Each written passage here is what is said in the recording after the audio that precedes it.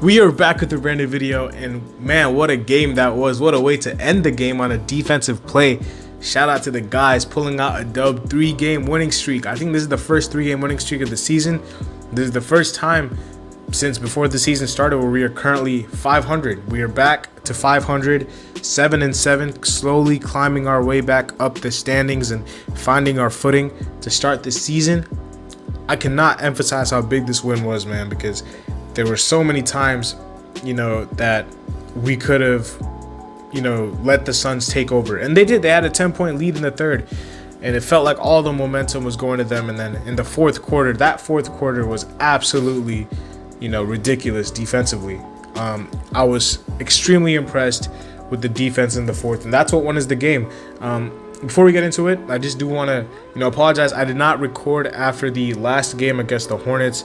I actually was dealing with some stuff then, but I am going to be obviously giving my recap for tonight's game. I won't be able to watch the Raptors game on Wednesday. I have a flight, but I will be trying to watch a recap of it or some give you guys some synopsis of what I saw after the game ended, because I'll try to watch it again and then record the game somehow and try to figure that out. But there will be a video dropping before the Heat's game after they play the Raptors. I don't even know who we play after the Raptors. I think we play the Wizards on Friday. I'll try to drop something on Thursday for you guys, whether it's a Raptors recap after I watch it later or any sort of video. You guys will probably get a video on Thursday, and then obviously we'll be back to the recaps Friday, Sunday against the Cavs, and then so on and so forth. But yeah, tonight, man, again, first half was very even. We went to halftime with a 1-point lead, mainly carried by our 3-point shooting. We shot 46% from three in the whole game. In the first half, a lot of our threes were going in, man. Even though Strus had an off night, Caleb Martin stepped up heavily with 5 threes. Lowry had 15 points himself, but even Duncan and Gabe off the bench hit some threes. Dedmon hit a couple of big threes, especially in the third quarter, to cut the deficit down a little bit. And the 3-point shooting is what really kept us in the game, because I don't really think our defensive effort was on point tonight. And in the third quarter, it was extremely frustrating at times. Obviously we let Dwayne Washington, Damian Lee, these guys went off. And it was mainly because of the defensive strategy of the Heat. Like, if any of you guys are wondering why these role players and these, I don't want to say nobodies because they're in the NBA. So they are somebody, but the guys that don't really have nights, like Dwayne Washington Jr. came out of nowhere with 21. The reason we have these random guys scoring 20 or 15 against us is because our defensive strategy has always been to take the ball out of the best player's hands. Now, I thought in the third quarter we did that a little bit too easily. Like, we were like almost helping, like, as soon as they got the ball, we were double teaming Booker. And in the third quarter, he tore us apart. Like, he absolutely picked us apart when we double teamed him in the third. And that's what, they went on their 10-0 run or whatnot. They were up by 10. And it was mainly fueled by double teams on Booker. You know what I'm saying? We kept double teaming him. And either it was an easy, swing and dump off to Ayton for a wide open dunk. There was a play where I think Bam was guarding Booker. I thought there was no reason to help. We all know Bam can switch 1 through 5.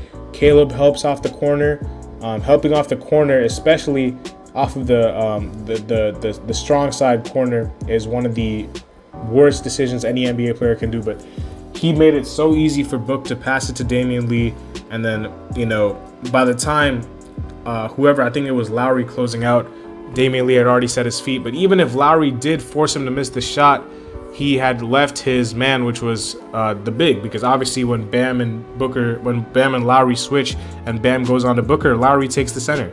And if Lowry leaves his man to contest the shot, it's an easy offensive rebound because obviously he's not on his man anymore. So, like, I like the idea of forcing the ball out of Book's hands, but I think we allowed it to happen extremely easily. Like, we did it like with so many seconds on the clock remaining. Like, we didn't have to do it that much. And I think in the fourth quarter, I like the adjustment that Spoelstra made. He let the guys play one-on-one defense a little more, and then we were shading a little bit, and we were, occasionally trapping when the clock was running down. That's when I think is the best time to double team, when the clock is winding down, when there's like 4 seconds left on the clock, 5 seconds left on the clock, and send 2 guys at the ball, force him to make a decision. We did that a couple of times, and the Suns panicked. So that's when I think, is the best time to send two guys at the ball, or trap a player or double a player.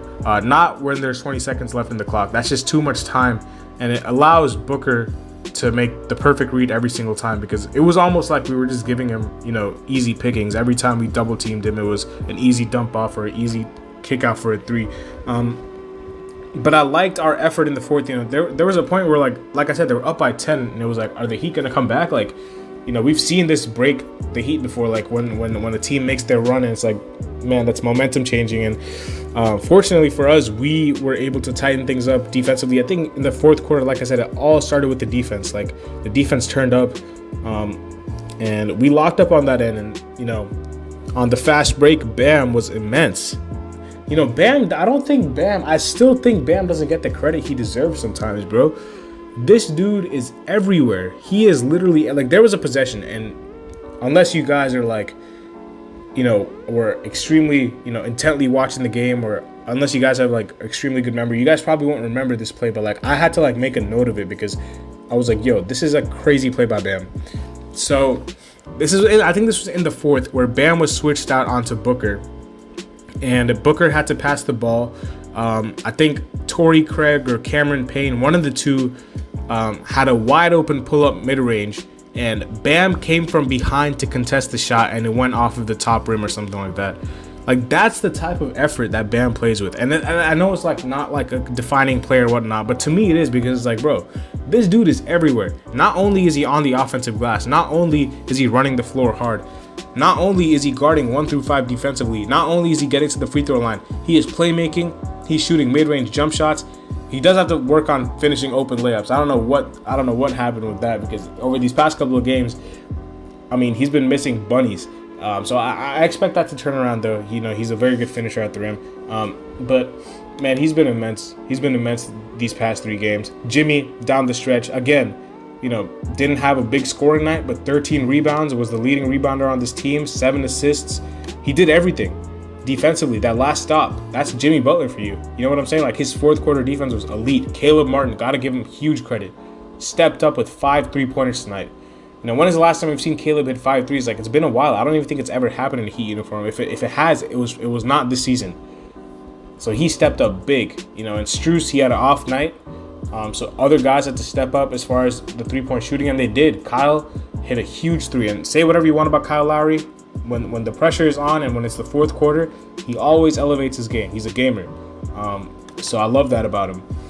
Like I said, this is huge for us, man. 3-game winning streak wraps on Wednesday. Again, won't be able to watch that game.